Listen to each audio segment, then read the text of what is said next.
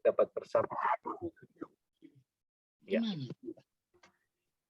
Untuk belajar firman Tuhan pada malam hari ini dalam kebaktian doa. Ya, mari saya mengajak kita untuk berdoa terlebih dahulu sebelum kita masuk dalam firman Tuhan. Kita berdoa. Bapa di dalam surga, kami bersyukur karena Tuhan memberikan kesempatan kami dapat berkumpul sekalipun virtual. Dan kami juga diberikan kesempatan boleh merenungkan firman Tuhan. Siapkan akan mata kami, siapkan telinga kami, siapkan hati dan pikiran kami. Urapi hamba-Mu dan berkatilah setiap anak-anak.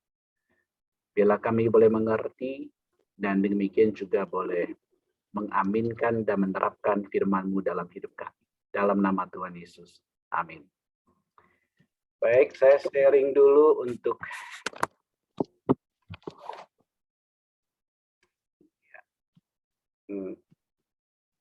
Oke, ini.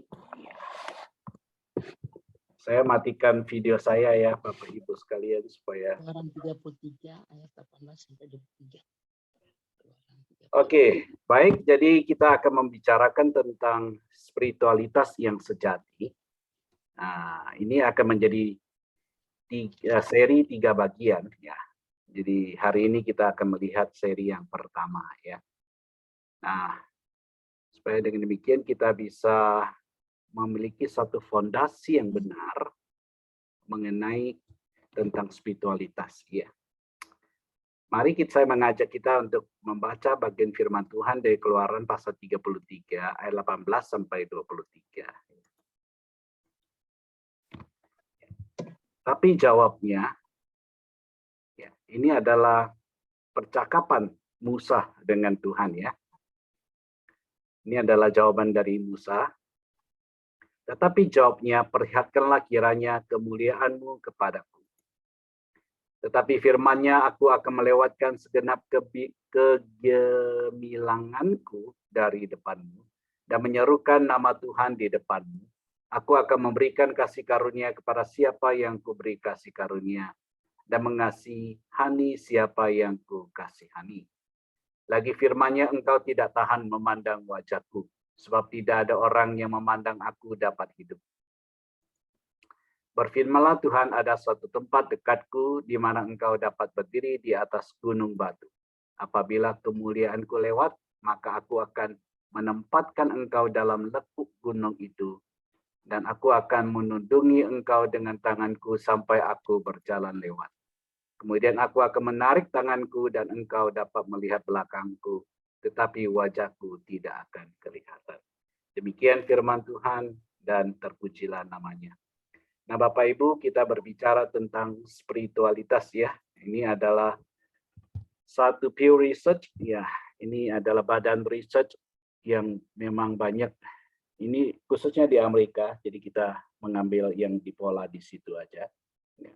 Hari ini juga di Indonesia telah dimulai ada kalangan gereja yang memulai ya riset seperti ini ya, berkaitan dengan kondisi agama dan sebagainya ya. Nah, biar disebut dengan bilangan riset. Ini kira-kira mungkin seperti itu ya. Ya, bilangan riset ini mencoba untuk mengikuti jejak dari Pew Research ini. Ini diambil dari tahun 2017. Ini mengenai kondisi tentang relasi antara agama dan spiritualitas. Ya, jadi ini hasilnya. Jadi dikatakan di sini ada 48% yang mengatakan dirinya adalah religious. Ya, ini orang Amerika tentunya. Dan mereka sekaligus juga merasa dirinya adalah rohani, spiritual. Ya. Ada 27 orang merasa rohani, tapi mereka mengatakan kami bukan orang yang beragama atau tidak memiliki satu agama yang tertentu, gereja tertentu, agama tertentu. Ya. 18% mengatakan mereka itu bukan beragama dan juga tidak merasa diri itu adalah rohani. Hanya ada 6% yang merasa diri mereka orang beragama tapi tidak rohani. Ya. Nah, ini adalah sesuatu angka yang menarik sebenarnya, karena juga dikatakan orang yang merasa diri rohani tapi tidak mau pergi ke gereja, tidak memiliki satu agama tertentu, ini semakin menanjak. Ya. Nah, Bapak Ibu, saya mau kita memperhatikan tentang satu fenomena tentang orang yang merasa dirinya rohani, spiritual, tetapi mereka tidak merasa perlu beragama. Ya. Apakah yang dapat kita pelajari dari riset ini? Ya. Nah, jadi kita bisa katakan orang bisa merasa diri rohani, spiritual, ya, tapi mereka tidak merasa harus memiliki agama. Nah, ini menarik sebenarnya. Ya. Nah, pertanyaan lebih lanjut tentunya adalah mengapa orang bisa merasa rohani? Ya. Nah, sekalipun mereka tidak mau beragama, ya. Spiritual, tetapi mereka tidak merasa harus pergi ke gereja ya, dan sebagainya. Nah, ini adalah berkaitan jawabnya tentu. Ini riset ini tidak akan bisa menjawabnya. Karena kita harus menjawabnya sesuai dengan apa yang dikatakan oleh firman Tuhan. Dan pada dasarnya semua riset ini hanya bisa menggambarkan apa yang sebenarnya fenomenologi aja. Mereka tidak bisa menjawab mengapa. Ya. Dan solusinya juga mereka tidak mempunyai jawaban sama sekali. Hanya bisa menggambarkan apa yang dikatakan orang. Ya. Kita sebut religious experience saja ya pada dasarnya, tetapi mengapa dan apa dan sebagainya harus diterangkan kembali dari segi teologis sesuai dengan firman Tuhan. Nah, mengapa demikian? Orang bisa merasa rohani sekalipun mereka tidak mau beragama atau tidak memiliki satu agama yang jelas ya. Nah, ini harus kita kembalikan lagi, pada dasarnya memang manusia adalah diciptakan di dalam gambar dan rupa Allah. Dengan demikian selalu ada kerinduan di dalam hati manusia ya, untuk mendekati Allah itu sendiri.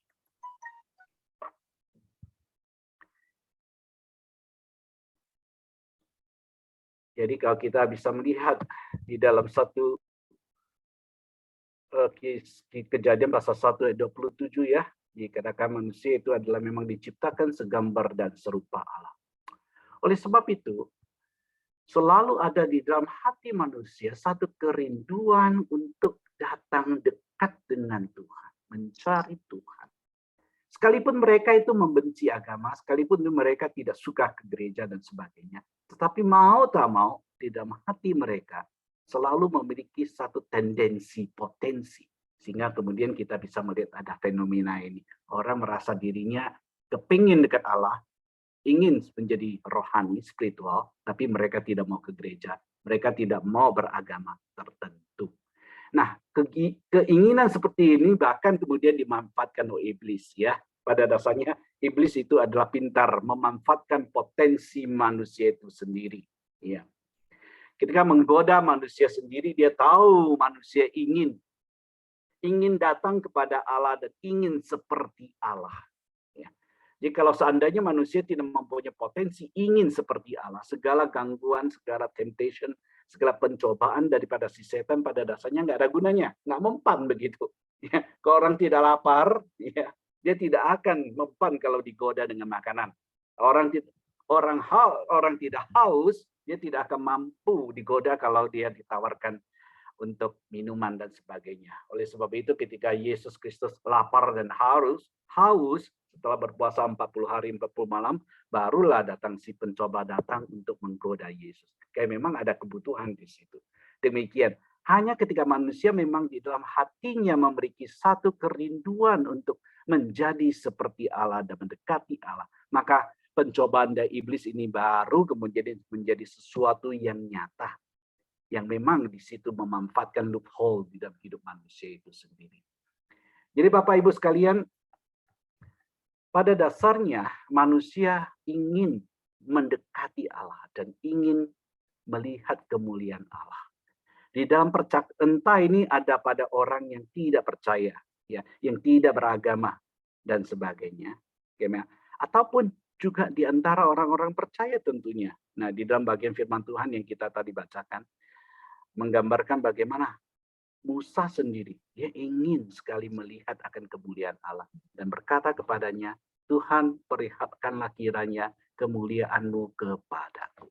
Ya, dia ingin lebih dekat dan lebih rohani dan bahkan menyentuh dan melihat kemuliaan Allah sendiri. Tetapi pada dasarnya manusia tidak mungkin dapat bertemu dengan Allah secara langsung. Tuhan segala menjawab dengan sangat tegas. Engkau tidak akan tahan memandang wajahku.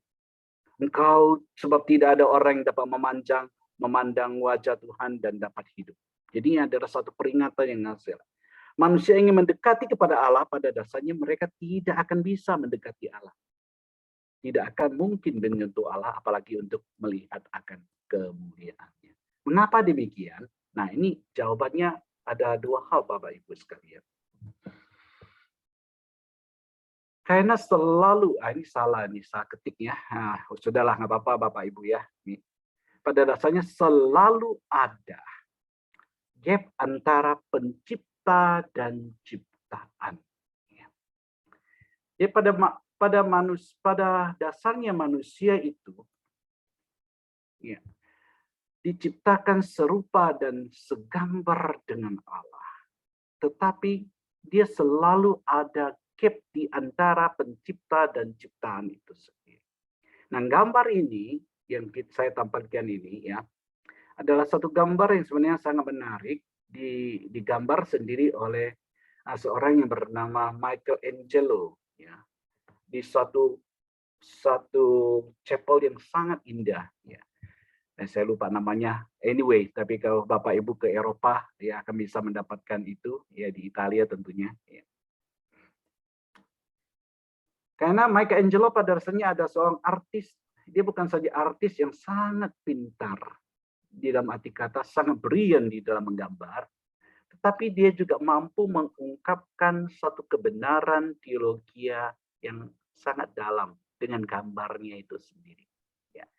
Nah, ini judulnya adalah The Creation of Adam. Ya, ini yang tadi kita coba untuk istilahnya melihat hanya kepada tangannya saja, ya jarinya saja. Ya, ini akan menjadi poin untuk kita lihat. Ya. Bapak Ibu bisa memperhatikan kalau kita zoom kepada tangannya, apa yang Bapak Ibu lihat di sini. Ya. Yang sebelah kanan tentu adalah Tuhan sendiri. Yang sebelah kiri adalah Adam sendiri. Ya. Jadi di situ dia menggambarkan ya, penciptaan, di mana di situ Adam sebagai manusia memiliki satu kerinduan untuk datang kepada Allah. Maka dia mencoba untuk menuju kepada Allah. Ya, kira-kira ya. Dan Tuhan sepertinya menyambut begitu. Ya. Tetapi perhatikan di situ, ada sesuatu yang sedikit berbeda di antara tangan itu. Jadi pada dasarnya para pengamat juga mereka tahu mengapa Michelangelo menggambarkan demikian. Maksud saya adalah dia menggambarkan akan tangan itu tidak pernah menyentuh.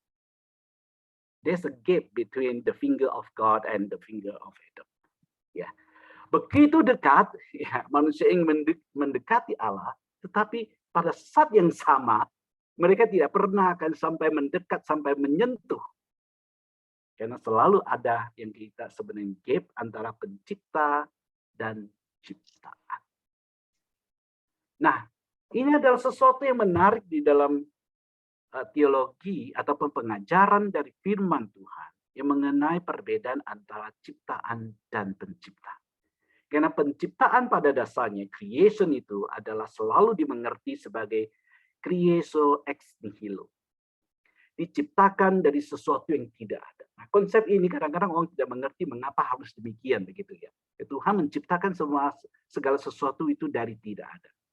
Nah, Tuhan menciptakan segala sesuatu itu dari tidak ada.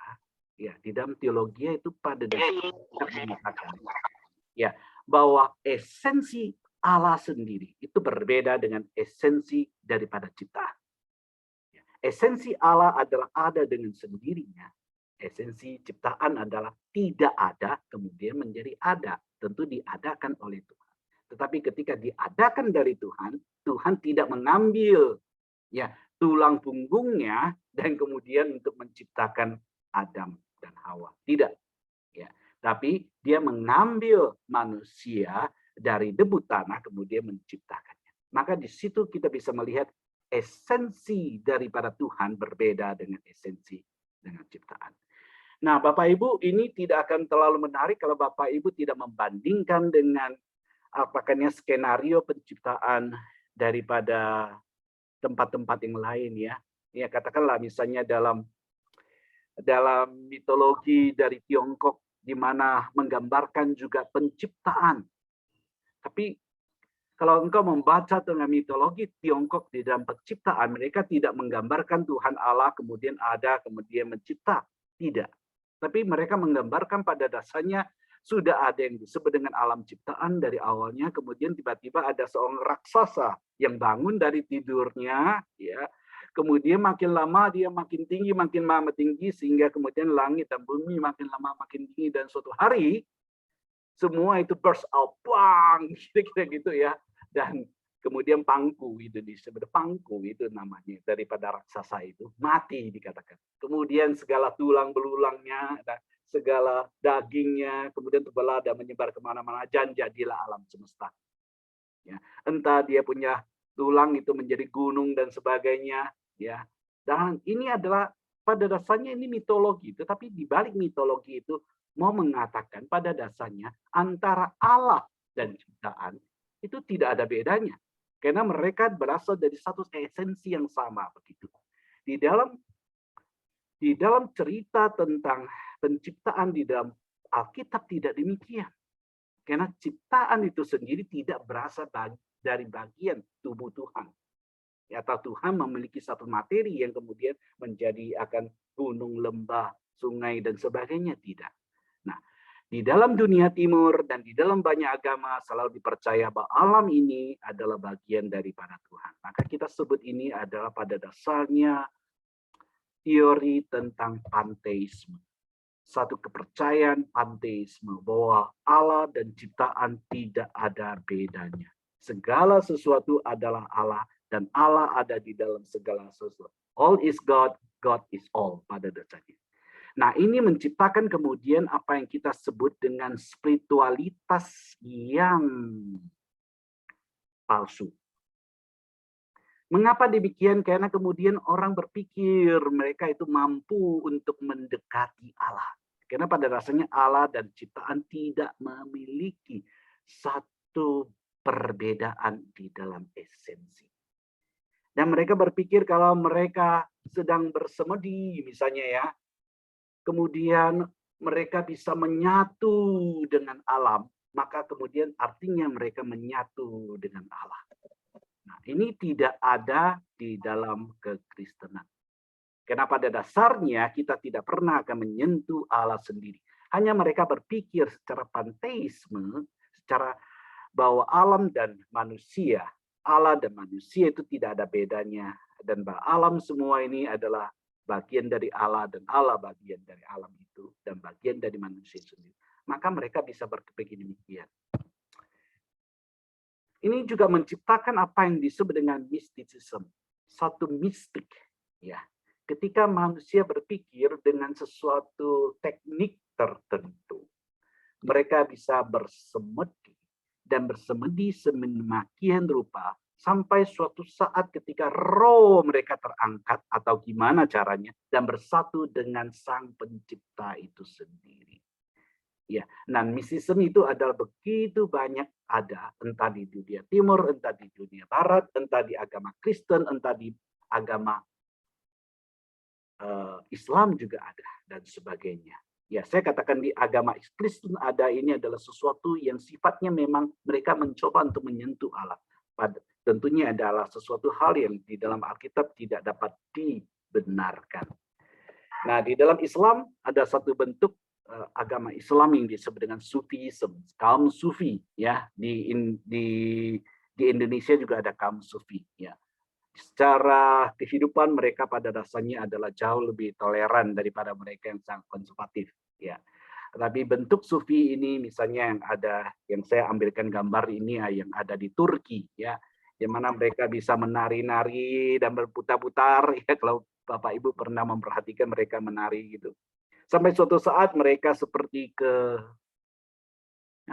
trance gitu ya, seperti sudah kerasukan begitu ya, dan mereka merasa diri bersama dengan Tuhan Allah itu sendiri. Jadi itu adalah kaum Sufi seperti begitu. Ya, seperti model-model yang ada di Bali dengan tarian, apa itu tariannya ya?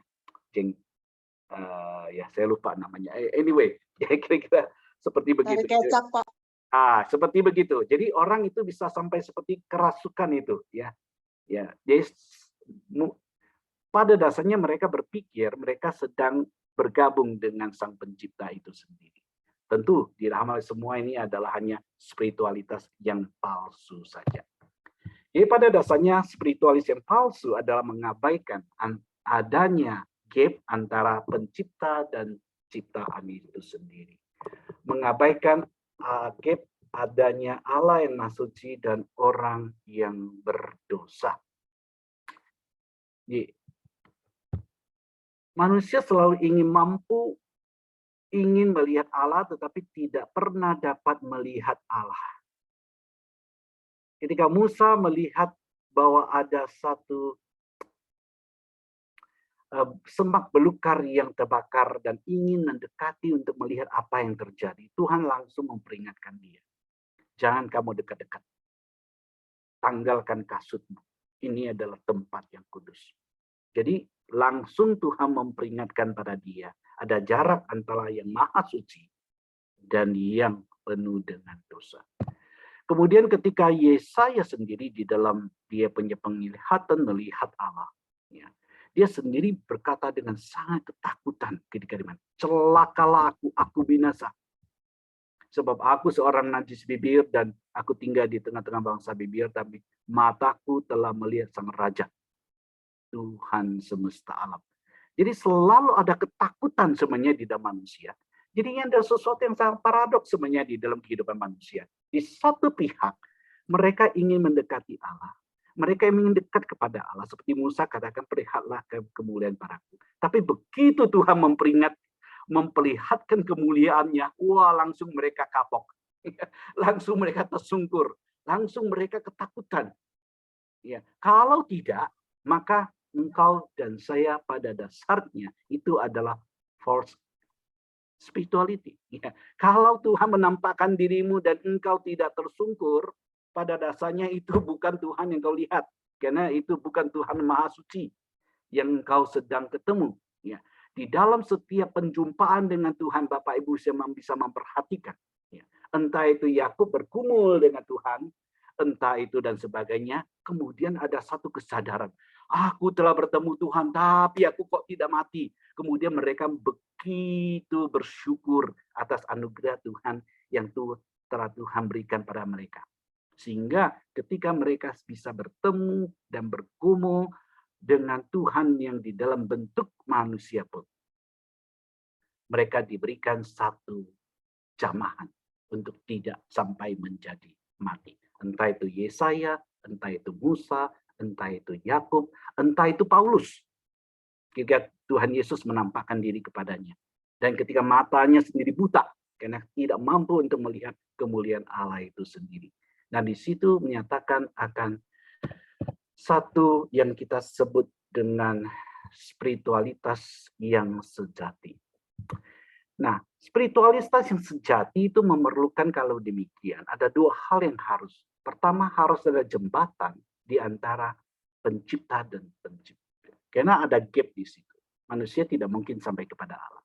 Kemudian harus ada jembatan di antara Allah yang maha suci dan orang berdosa. Dan semua itu hanya mungkin ketika kemudian kita berbicara tentang Yesus Kristus.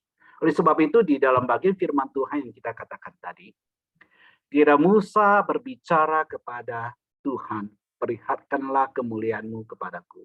Tuhan mengatakan kamu tidak tahan untuk bisa datang kepada saya. Apa yang harus kamu lakukan? Dia katakan, di situ ada gunung batu, kamu bersembunyi di situ saja.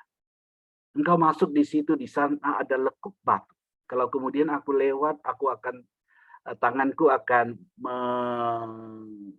menandangi kamu, kemudian kamu tidak akan bisa melihat aku, ya, tapi kalau udah lewat, kamu hanya bisa melihat belakangku saja. Nah, gunung batu ini kemudian kita katakan adalah Yesus Kristus. Karena hanya ketika manusia bersembunyi di balik Tuhan Yesus yang menjadi jembatan antara Allah dan manusia, yang menjadi jembatan Allah yang maha suci dan orang berdosa, barulah kemudian kita bisa mendekati Allah. Mendekati hanya dari belakang. Oke Bapak Ibu, tidak pernah mendekati dari depan. Karena itu adalah, katakan itu adalah satu anugerah sebenarnya, katakan. Ya, bagian firman Tuhan yang tadi kita telah bacakan, Tuhan berkata, aku memberikan belas kasihan kepada aku yang belas kasihan. Jadi semua ketika kita bisa bertemu dengan Allah di dalam Yesus Kristus, pada dasarnya adalah berdasarkan kasih karunia saja. Jadi pada dasarnya Bapak Ibu sekalian, bersembunyi di balik spiritualis yang sejati itu memiliki syarat, yaitu kita mesti bersembunyi di balik sang gunung batu, Yesus Kristus. Oke, jadi ada beberapa hal yang kita bisa perhatikan di sini. Jadi ketika kita membaca Alkitab, bersatu dan berdoa, ya. Ini bukan sekedar engkau membaca Alkitab dan satu dan berdoa. Ya. Ini kalau demikian, maka kita tidak pernah bertemu dengan Tuhan Allah kita kecuali bertemu dengan huruf-huruf Alkitab gitu. Ya. Alkitab mengatakan kemudian ini menjadi satu tulisan yang mati gitu, huruf-huruf yang mati, ya, dead letters gitu aja. Ya. Tidak ada apa-apanya di situ. Nah, spiritualis yang sejati adalah ketika kita datang membaca firman Tuhan dan berdoa, kita mesti bertemu dengan Allah di dalam Yesus Kristus. Dan kemudian Alkitab dan doa itu fungsinya apa? Yaitu menuntun kita kepada Sang Firman. Nah, Bapak Ibu, hari ini cukup sampai di sini. Karena pada rasanya ini 3 seri. Ya, saya tidak akan bisa menyelesaikan sampai semuanya untuk bagian ini. Ya, jadi kita cukup sampai di sini hari ini. Ya, kita akan lanjutkan lagi nanti untuk kali berikutnya. Kemudian kita akan mengupas lebih jelas bagaimana kita membaca Alkitab, kita bersateduh, kita berdoa, kita mesti bersembunyi di balik Yesus Kristus untuk bisa mendekati dengan Tuhan. Bukan seperti yang dilakukan orang Sufism atau Mysticism atau apalagi Pantheism, ya. Oke, baik, cukupkan sampai di sini untuk presentasi saya. Saya berikan waktu mungkin kalau ada pertanyaan dan sebagainya dan sebagainya. Ya, silakan Bapak Ibu sekalian. Ya, silakan Pak Ngadi. Ya, terima kasih Pak Philip untuk penyampaian materinya tentang kerohanian yang sejati ya. Meskipun tadi Pak Philip di awal katakan ini terbagi 3 bagian ya. Berarti ini luas sekali materinya. Jadi Bapak Ibu jangan lewatkan materi-materi yang berikutnya ya. Setiap kali ada DOD ikutilah. Oke. Nah, kali ini ada kesempatan untuk boleh bertanya kepada Pak Philip secara langsung tentang kerohanian yang sejati, tentang materi yang sudah disampaikan oleh Pak Philip bagi kita malam hari ini. Ya, Pak Philip belum ada sih yang Belum ada, oke. bertanya. Nah, tidak masalah kalau gitu. Ya, Tidak sudah pengawal gitu. sepertinya kita sudah biasa ya di awal tidak ada yang bertanya gitu. Nah ini. Sebentar ya, saya bacakan dari Lestari, Pak Philip. Mau bertanya, apakah indikatornya kalau sebenarnya kita sudah mengalami kerohanian yang sejati? Iya. Apakah ada indikator tertentu? Ya, mungkin ada. Karena Tuhan sendiri memberikan semacam indikasi. Dari buahnya, kamu tahu pohonnya. Kayak gitu ya.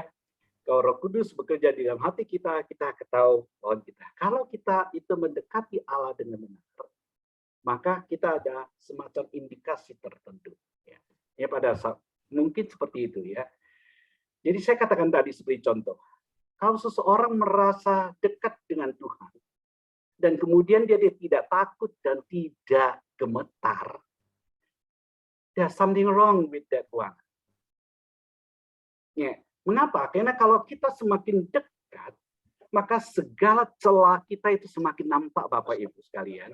Ya, kalau itu kamu terus diterangi mukamu ya, pasti semua jerawat itu kelihatan semua itu. Kita kadang-kadang lebih suka agak sedikit remang-remang ya. Jadi yang agak keriput-keriput pun nggak kelihatan lah ya. Tapi coba kalau misalnya kita itu begitu disorot itu. Ya, semua memperhatikan. Maka segala tingkah laku kita tidak akan ada. Oleh sebab itu, mengapa cahaya kemuliaan Allah itu membuat seseorang itu tidak mampu untuk melihat. Dan langsung mereka tahu. Seperti Yesaya, ya, dan seperti ya Musa, dan ada seperti Yakub. Mereka langsung tahu mereka orang berdosa. Jadi salah satu hal indikator adalah ketika kita semakin dekat dengan Tuhan.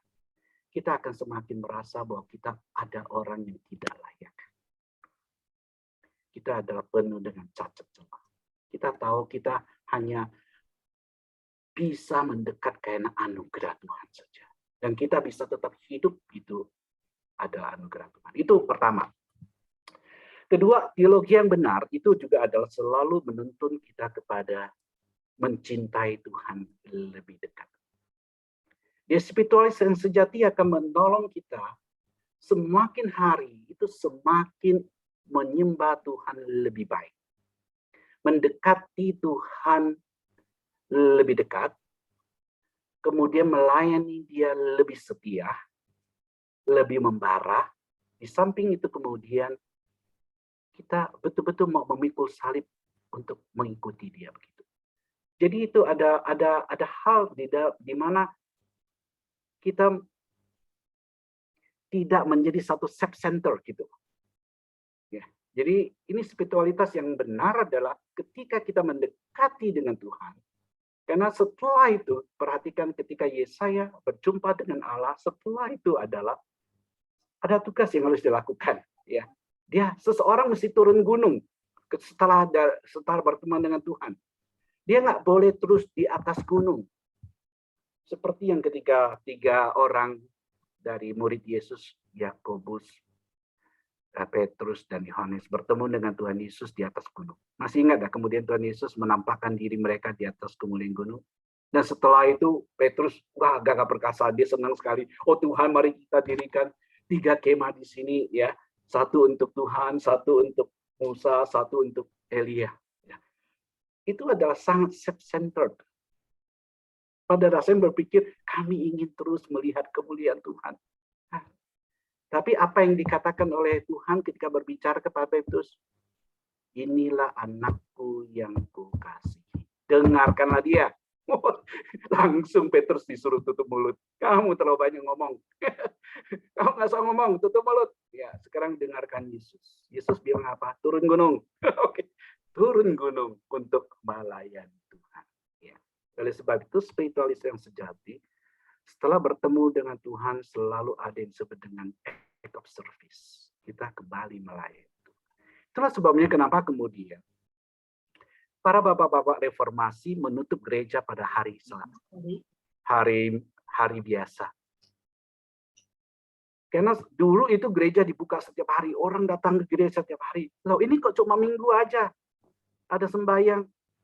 Karena kemudian kalau saya tidak salah itu Martin Luther, kita menyembah Tuhan itu adalah pada hari Minggu. Tapi Senin sampai Sabtu kita menyembah Tuhan dengan melayani Tuhan di masyarakat. Ya, ini penting juga. Jadi ya terang dan garam tidak boleh di dalam cuma ditaruh aja di dalam gereja, tapi mereka melebur. Ya. Dengan demikian itu ada act of service. Ya. Setelah kita bertemu dengan Tuhan, kita kembali melayani Tuhan dengan melayani sesama.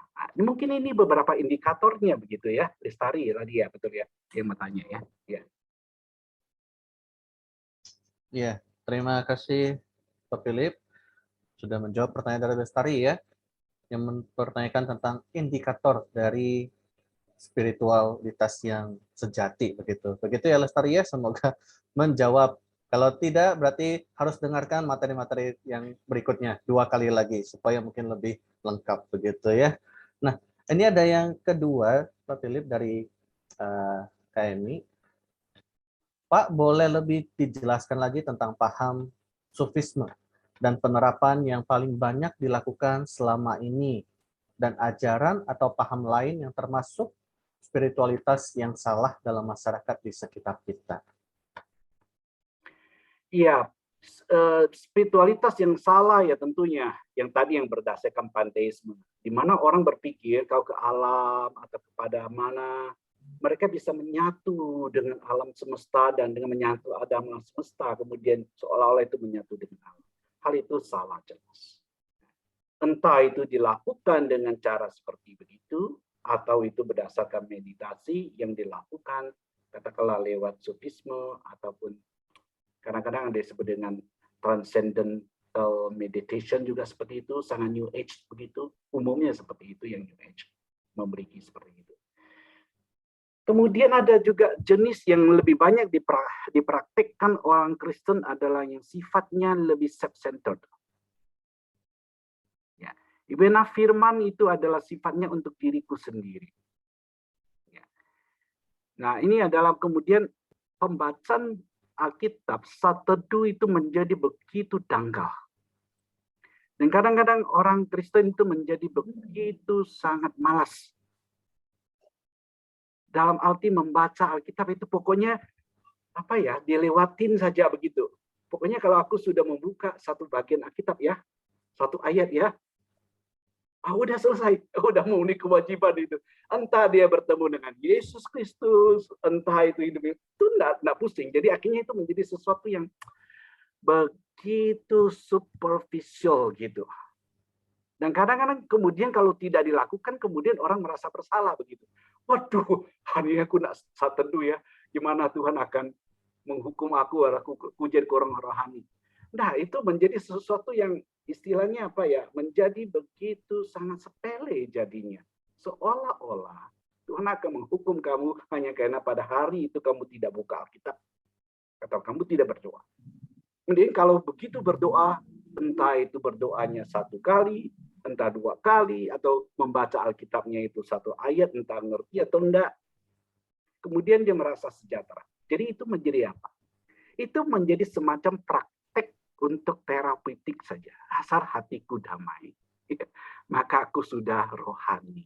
Nah, ini jelas bukan.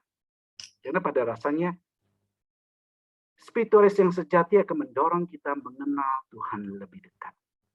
Dengan mengenal dia lebih dekat, kita akan menolong kita mencintai dia lebih dalam. Kemudian kita akan membuatnya kita untuk melayani dia dengan lebih membara di dalam hidup kita. Nah, itu baru kemudian menjadi satu spiritualitas yang sejati. Jadi bukan sekedar kita melakukan satu aktivitas, kemudian engkau menjadi lebih rohani dan sebagainya. Mungkin seperti itu ya tadi ya. Nggak tahu itu bisa menjawab dari itu yang tadi ya teman-teman yang lainnya. Iya, thank you Pak Philip. Jadi mungkin dikatakan kerohanian yang salah itu adalah kalau kembali ke diri kita sendiri ya, self-center ya. Maksudnya ketika saya baca Alkitab atau baca firman Tuhan ya, saya ingin mencari damai untuk diri saya sendiri. Apakah begitu? Iya, tidak salah tentunya ketika kita datang berdoa, kemudian kita memperoleh hati yang damai dan sebagainya. Tetapi itu tidak boleh menjadi tujuan. Dalam arti kata sebenarnya tidak boleh menjadi tujuan. Karena begitu segala sesuatu itu tujukan kepada diri kamu dan sendiri, dan tidak berhenti di badan Allah, itu tidak pernah adalah satu spiritualitas yang sejati. Juga tidak menjadi satu cinta yang sejati. Jadi kalau kita memperhatikan, di dalam Alkitab memberikan kita 2 hukum yang utama. Kasihilah Tuhan dengan Allahmu dengan segenap hatimu, dan kemudian kasihilah sesamamu seperti dirimu sendiri. Nah, perhatikan selalu urutannya adalah yang pertama adalah kasih Allah. Yang kedua baru kasih kepada sesama. Dan seperti kasih pada diri sendiri begitu. Yang pertama, yang kedua tidak pernah akan boleh berhenti di yang kedua. Ya, artinya ketika kita mengasihi sesama, pada ujungnya harus berakhir di mengasihi Allah. Jadi demikian juga ketika kita mempraktekkan setiap kegiatan rohani, itu tidak pernah boleh ditujukan untuk diri kita sendiri. Katakanlah biasanya engkau dan saya pergi ke kebaktian ya.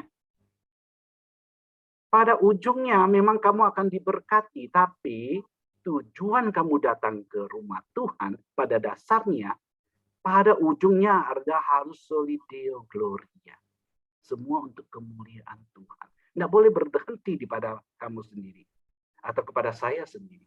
Ketika dia menjadi berhenti di tempat saya, maka saya menjadi berhala Bapak Ibu sekalian. Ya, engkau menjadi berhala juga. Karena engkau memberhalakan diri sendiri. Kalau itu berhenti di pelayanan, pelayanannya itu adalah menjadi berhalamu. Kalau engkau main musik, kemudian musikmu itu adalah menjadi tujuan akhir, maka itu menjadi berhala.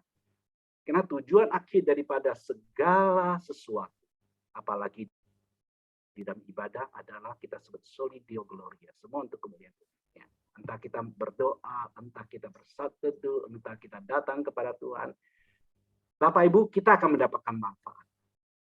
Kita akan diberkati, kita akan dikuatkan. Tetapi selalu ingat tidak pernah boleh berhenti kepada diri kita sendiri. Maka kemudian setelah kita diberkati, maka kita akan lebih mencintai Tuhan. Kita akan lebih mengasihinya. Ya, kita akan lebih dekat kepadanya. Kita akan mengikuti dia lebih sungguh-sungguh. Nah, itu semuanya itu selalu akan ditujukan kembali kepada Allah sendiri. Ya, oke. Mungkin seperti kali Pak Ngadi ya. Ya.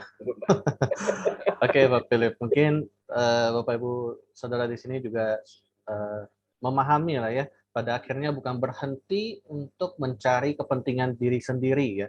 Baik itu dalam pelayanan, baik itu dalam saat teduh, dalam doa ya. Tetapi kembalikan lagi, apa yang kita lakukan adalah untuk kemuliaan Tuhan. Begitu ya kira-kira Pak Philip ya. Ya.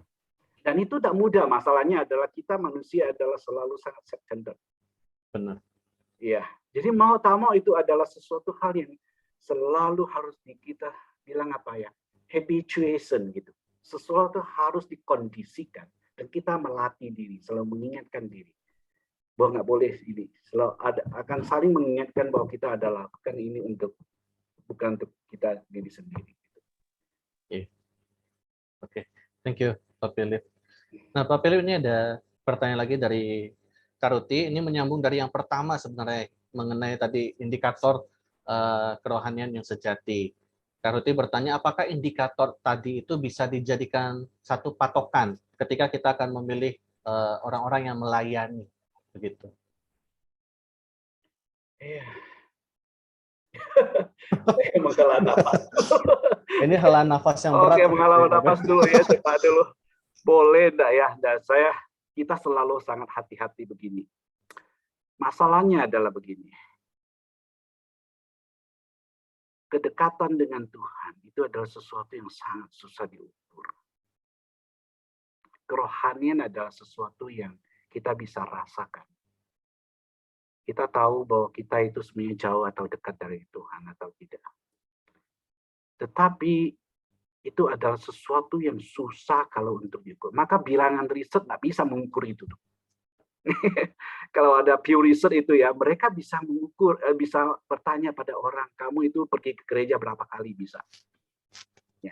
Tapi mereka tidak bisa mengatakan, kamu itu pergi ke gereja 10 kali, 55 kali lah dalam setahun ya, misalnya 52 kali dalam setahun, tiap minggu itu pergi. Kemudian masih ditambah dengan kebaktian doa lagi, ditambah dengan lagi CG lagi. Kemudian karena satu tambah sama dengan kemudian akhirnya itu kerohanian kamu itu level 9. Nggak bisa. Ya, jadi nggak bisa. Jadi pada dasarnya segala aktivitas yang kita lakukan nggak akan bisa untuk menjadi ukuran. Jadi saya berpikir jangan melakukan seperti itu di dalam kita menyeleksi. Mungkin sangat hati-hati kita boleh mengatakan tidak boleh. Kecuali seseorang jelas-jelas berdosa. Nah, itu kita jelas tidak akan melibatkan mereka dalam perjalanan. Ya. Jelas-jelas dia adalah orang yang berzina misalnya. Jelas-jelas dia adalah orang yang menipu orang, udah jelas itu. Dengan segala saksi yang ada ya. Saya tidak yakin kita boleh melibatkan orang macam itu di dalam pelayanan. Tapi selebihnya biarlah kita menggunakan ukuran yang normal gitu ya. Bukan normal artinya ya katakanlah misalnya kita di dalam ya jelas dia sudah dibaptis misalnya. Kita nggak ada syarat-syarat yang normatif itu ya. Ada mesti orang yang rajin ke gereja ya. Tapi ini bukan ukuran kerohanian loh ya. Tapi ini kita menggunakan sesuatu yang bisa diukur saja gitu. Ya. Nah, orang yang tanggung jawab kalau diberi tugas ya dia lakukan. Sudah jelas ini sesuatu yang bisa diukur. Dikasih gini dia tanggung jawab dia lakukan. Datang tidak telat-telat misalnya begitu kan jelas gitu. Semua yang bisa diukur lah gitu. Nah, ini boleh kita jadikan semacam syarat yang sifatnya normatif yang kelihatan. Ya, tapi tidak dengan demikian mengatakan yang si itu lebih rohani, yang si itu kurang rohani. Tidak boleh juga. Ya, karena itu mungkin hanya kita sendiri yang bisa menjawabnya di hadapan Tuhan. Gitu. Yes. Oke, thank you Pak Philip. Mungkin ini pertanyaan yang sulit-sulit, gampang begitu ya. Kelihatannya gampang dijawab, tapi ternyata enggak juga begitu ya. Berarti ketika kita akan menyeleksi orang-orang untuk melayani, mungkin kita menggunakan syarat-syarat yang terukur begitu ya, indikator yang terukur ya. Ya, Misalnya terukur. apakah Kita tidak mengukur kerohanian seseorang. Karena itu urusan Tuhan mungkin. Dan lebih adalah memacu diri kita secara pribadi melihat diri kita sendiri. Maka gereja tidak pernah memakai ukuran kerohanian, tidak bisa. Ya. Berarti paling syarat utama adalah apakah dia sudah dibaptis atau disidi, begitu ya? Iya. Ya, syarat-syarat yang biasa ada di secara normatif biasanya kita itu keluarkan itu ya. Iya. Berarti kita nggak bisa menilai kerohanian seseorang begitu ya, tapi kita bisa ya yang terukur lah ya, yang bisa dilihat dengan jelas ya. Kalau dia kita bisa mengukur kerajinan di luar sana ya kita tidak bisa perlu jawab seseorang. Ya. Oke. Saya rasa itu cukup jelas ya untuk menjawab pertanyaan dari Karuti. Oke, Bapak Ibu, apakah ada lagi? Oke, mungkin saya kasih satu kesempatan yang bertanya secara langsung ya, karena mungkin ada yang tidak bisa lewat chat begitu. Satu orang saja, apakah ada? Gunakan kesempatan yang ada, Bapak Ibu. Satu orang yang bertanya secara langsung. Apakah ada? Sudah jelas? Sudah mengerti rasanya ya? Atau enggak, atau bingung mungkin mau tanya apa ya? Tapi yang jelas tidak ada pertanyaan yang stupid ya, yang kemarin disampaikannya. Enggak ada pertanyaan yang bodoh begitu ya. Enggak ada pertanyaan yang salah begitu ya. Apakah ada Bapak Ibu? Satu orang? Ya, saya mau nanya sedikit aja. Bu Acun ya ini ya? Iya. Bang Adi, silakan. kalau iya. Ya, silakan. Musuh bilang ada apa? Meditasi kan tadi ya, Musuh. Iya, orang luar, itu orang luar. Ya, Bu Acun. Misalnya dalam hidup keseharian, untuk kayak kita nih, butuh olahraga, yoga boleh nggak, Musuh? Karena yoga kan ada meditasinya. Iya. Bagaimana kalau saya jawab bulan depan? Jadi kita bisa lanjutkan lagi Bu Acun gitu. Saya ingat akan pertanyaan Bu Acun ya. Karena ini jawabannya cukup panjang. Karena lebih kompleks ya. Ya, kita tunda aja ya Bu Acun ya. Oke, Pak Philip, kalau ditunda sampai bulan depan, jadi selama sebulan ini boleh meditasi nggak ya? Masih boleh yoga nggak ya? Atau yoganya ditunda juga? Kalau nggak, yoganya ditunda juga ya, buat Cunnya sampai bulan depan. Sampai Pak Philip memberikan jawaban untuk kita semua ya. Nggak apa-apa ya, buat Cunnya. Skip yoganya bulan ini. Kan tinggal berapa hari ya, Januari ya. Mungkin supaya yoganya tidak ditunda dan sebagainya. Bagian dari yoga, meditasinya di skip aja. Ya, jadi bagian yang gerak-gerak, olahraga, ya silakan. Ya, yang bagian sudah sampai ke meditasi, nah kita mesti hati-hati sekali. Oke. Jadi begitu ya, Mbak Cun ya. Bukan Pak Philip tidak mau menjawab, tapi lebih baik bulan depan supaya lebih leluasa menjawabnya ya, supaya lebih lengkap begitu. Terima kasih. Ya, ini dari penginjil Deborah katanya ganti saja ke Jumba. Ya. Mungkin Deborah bisa ngajarin ya, Bu Deborah ya, penginjil Deborah. Oke, kalau nggak ada lagi Bapak Ibu, terima kasih sudah bertanya juga, terima kasih. Oh, oke, terakhir ya, Pak Pri ya. Oke, silakan Pak Pri. Singkat saja Pak, jadi gini, orang itu memiliki kerohanian ya, tapi apakah kerohanian itu tidak berkaitan dengan agama? Karena agama lah dia menjadi rohani juga gitu Pak. Ya, silakan Pak Philip. Coba diulangi lagi. Nah, apakah kerohanian itu tidak berkaitan dengan agama? Karena apakah kerohanian itu tidak berkaitan dengan agama? Iya. Karena menurut banyak orang Pak, karena ada agamanya maka dia kelihatan rohani kayak gitu, Pak. Iya. Kita tidak mendefinisikan demikian. Kalau di dalam kehidupan ini kan definisi orang luar ya. Jadi apa yang kita definisikan dengan kerohanian tentu di dalam kosakata Kristen ya ataupun iman Kristen adalah bahwa kedekatan manusia dengan Tuhan gitu aja. Ya. Dalam realitanya begitu. Bukan di dalam saat kamu merasa dekat. Ya. Jadi sekedar merasa dekat itu ya tidak menyandarkan bahwa seseorang itu kemudian rohani. Ya, saya katakan tadi tentang apa yang disebut dengan kerohanian yang palsu itu. Seseorang begitu dia bergabung dengan alam semesta, dia kok rasanya dekat dengan Tuhan. Apakah memang demikian? Ya, bukan Tuhan yang sejati yang dia temukan. Ya, karena kalau dia bertemu dengan Tuhan yang sejati, dia tidak akan ada damai sejahtera. Karena dia akan tahu dia orang berdosa. Ya. Mungkin begitu kali Pak Pri ya. Iya. Secara singkat saja ya. Jadi kita nggak ada waktu, nanti kalau next time kita bisa coba diingatkan lagi pertanyaannya. Kita akan lebih kupaskan lagi ya. Iya.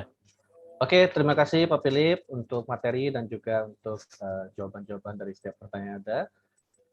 Sekarang saya lanjutkan ke penginjil Wina ya. Silakan penginjil Wina.